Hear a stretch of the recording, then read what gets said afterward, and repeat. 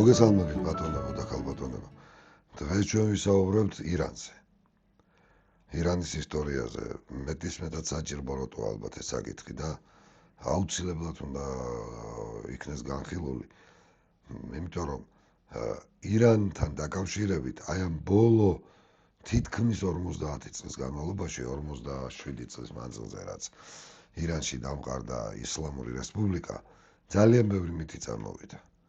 ძალიან ბევრი რამე არის ან გაყალბებული ან არ არის ნათქვამი და შემდეგ და შესაბამისად იმას რომ ალბათ უფრო მიხვდეთ რა პერსპექტივა აქვს ირანს რა მიიყვანა ეს ქვეყანა უდიდეს ცივილიზაცია ამ მოვლენებამდე რასაც თქვია თუნდაც ეს ისლამური რეჟიმი ის არეულობები რაც ახლა დღეს ხდება რა თქმა უნდა გასახსენებელია წარსული. სხვა შორის ერთი რამ არის თუ თქვენ დაგაინტერესებთ აი ეს საუბარი და საერთოდ ზოგადად ჩვენი გადაცემები თქვენთვის მისაღებია ერთი დიდი თხოვნა გვაქვს რომ და ყოველთვის გავიმეორებთ ალბათ ამ თხოვნას რომ თუ შეიძლება გამოიწერეთ არხი და აკომენტარეთ მოიწონეთ და ასე შემდეგ იმიტომ რომ YouTube-ის ალგორითმი სხვაგვარად არ ატრიალებს. მოკლედ ირანზე რომ დავიწყოთ ჯელობა რამდენიმე სეგმენტი უნდა განვიხილოთ და განვიხილოთ პარალელურად. პირველი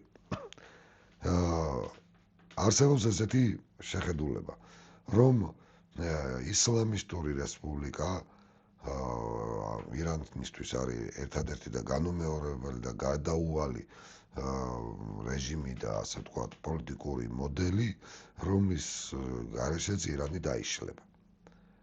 ეს არის სისულელი და ვიტყვი რატომ. იმიტომ რომ ირანის სახელმწიფო 26 საუკუნის წინ ჯერ კიდევ კიროს აქემენიანის დროს ჩამოყალიბდა როგორც მრავალეროვანი, მრავალენობრივი ზე სახელმწიფო, რომელსაც შეიძლება იმპერია უწოდოთ. შემდგომ დროინდელი რომაული გაგებით რო ავიღოთ. ეს არასოდეს არ ყოფილა ერთ ეთნიკურ ჯგუფზე აგებული ქვეყანა. კიროს აქემენიანის დროიდან მოყოლებული აქემენიანების მმართველობისას და შემდგომში სხვათა შორის პართიის პერიოდშიც ირანში სახელმწიფო ენის სტატუსი როგორც ახლა ჩემთაობას ასწავლიდნენ ჰქონდა სამენას ერთდროულად. ეს იყო არამეული, ეს იყო სპარსული და ეს იყო ელამური ენები.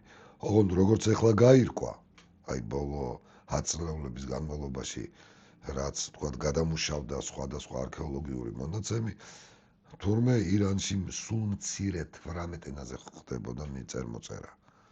ანუ შახის კარი 18 სხვადასხვა ენაზე ესაუბრებოდა მის იმპერიაში შემავალ სხვადასხვა ხალხს.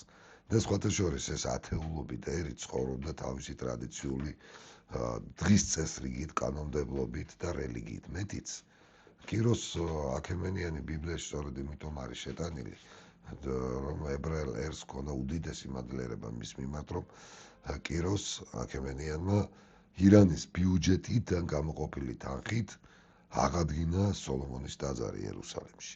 დააბრუნა ებრაელები თავენ სამშობლოში ისრაელში, ვისაც რა თქმა უნდა სურდა.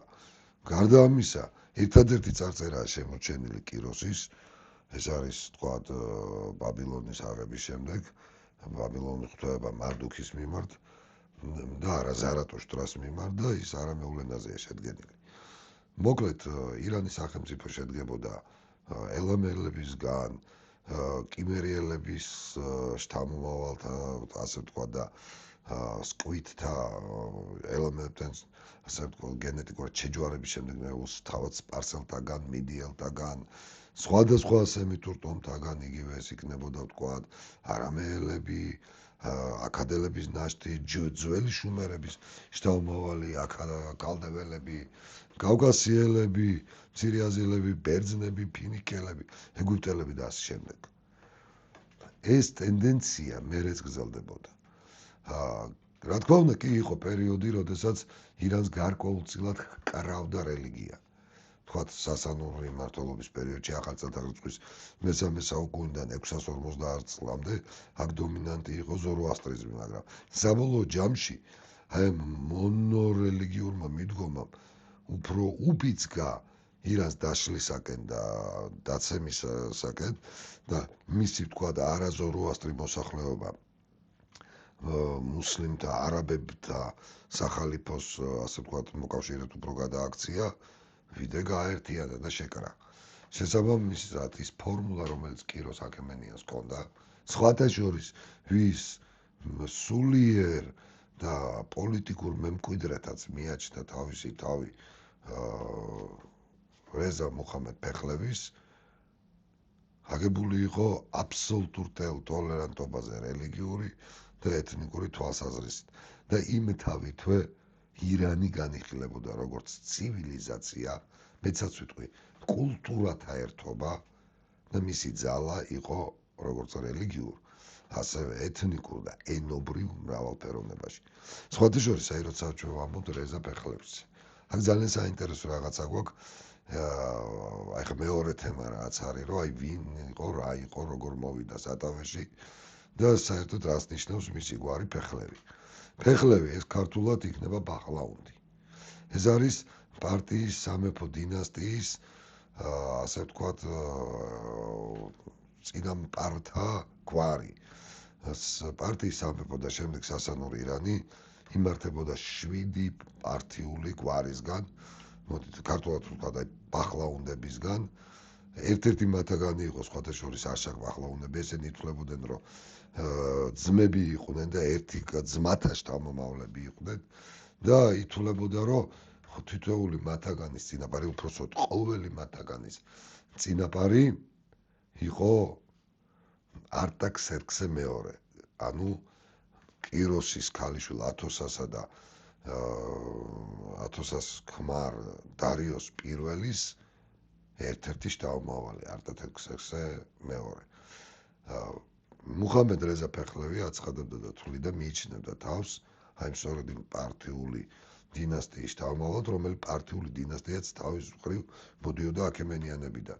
და სხვა შორის არაფერი ამაში გასაკვირი არ იქნება, იმიტომ რომ გვარები, რომელიც მოდიოდა აქემენიანებიდან, იყო უამრავი, დღესაც ბევრია და თუ საინტერესო იქნება თქვენთვის და მოგწონთ, შეგვიძლია რომ ჩვენ ამ თემებზე ვისაუბროთ. სხვათა შორის საქართველოშიც არის ეს გვარები შემორჩენილი, მაგალითად ქართლის ცხოვრების ტრადიცია ეს და ასევე იყო ესეთი კირილ თუმანიშვილი ცნობილი მკვლევარი გვარების მიიჩნევდა, რომ მირიანით სწორედ აი ამ შტოს ეკუთვნოდა, ამ შტოს ეკუთვნოდნენ შირვანშახები და იგივე დიდი ჩვენი ცნობილი მითრიდატე მე-6 ეუპატორი და ასე შემდეგ. და მოკლედ ეს ცალკე საუბრის თემაა, მაგრამ თავარი რა არის, რომ რეზა მუხამედ ფეხლევი თავს თვლიდა როგორც გენეტიკურად, ისე მენტალურად, ისე პოლიტიკურად სწორედ დიდი ირანის, აქემენიანთა ირანის შთამომავლად, რომლის დამაარსებელიც იყო ბიბლიაში დიდი პატივით შეტანილი